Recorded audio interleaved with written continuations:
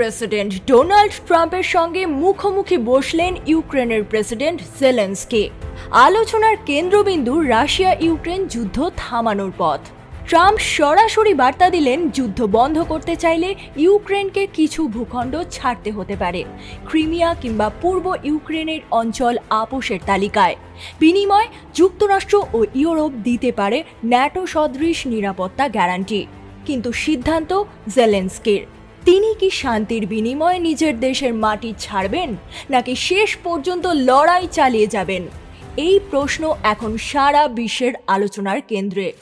বৈঠকের ঠিক আগেই রাশিয়া নতুন করে আক্রমণ জোরদার করেছে, যাতে ইউক্রেনের উপর চাপ আরও বাড়ে। এই অবস্থায় জেলেনস্কির কূটনৈতিক হিসেব আরও জটিল হয়ে উঠেছে। এর আগে 15ই আগস্ট আলাস্কার অ্যাঙ্করেজে হয়েছিল বহুল আলোচিত ট্রাম্প পুতিন সামিট। স্থান জয়েন্ট বেস এলমেন্ডর্ফ রিচার্ডসন। এখানে বড় কোনো শান্তি চুক্তি হয়নি, কোনো লিখিত সমঝোতাও নয়। কিন্তু পুতিন জিতলেন কূটনীতির খেলায়, কারণ দীর্ঘদিন পর পশ্চিমা মঞ্চে তাকে আবারও একজন বিশ্বশক্তির নেতা হিসেবে মর্যাদা দেওয়া হলো। ট্রাম্পের সঙ্গে করমর্দন আর আনুষ্ঠানিক স্বাগতই পুতিনের কাছে বড় অর্জন। বিশ্লেষকরা বলছেন, আলাস্কা সামিট ছিল পুতিনের জন্য এক রাজনৈতিক বৈধতার মঞ্চ, আর ওয়াশিংটনের বৈঠক ছিল ইউক্রেনের উপর চাপ বাড়ানোর কৌশল। সমালোচকদের মতে ট্রাম্পের এই অবস্থান ইউরোপের জন্য উদ্বেগজনক।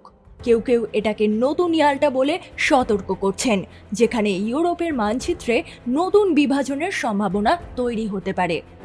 ইউরোপীয় নেতারা এখন বলছেন তাদের আরও স্বনির্ভর হতে হবে, সামরিক ও অর্থনৈতিক শক্তি বাড়াতে হবে, না হলে শুধু ইউক্রেনই নয়, গোটা ইউরোপই এক নতুন অস্থিরতার মধ্যে পড়তে পারে।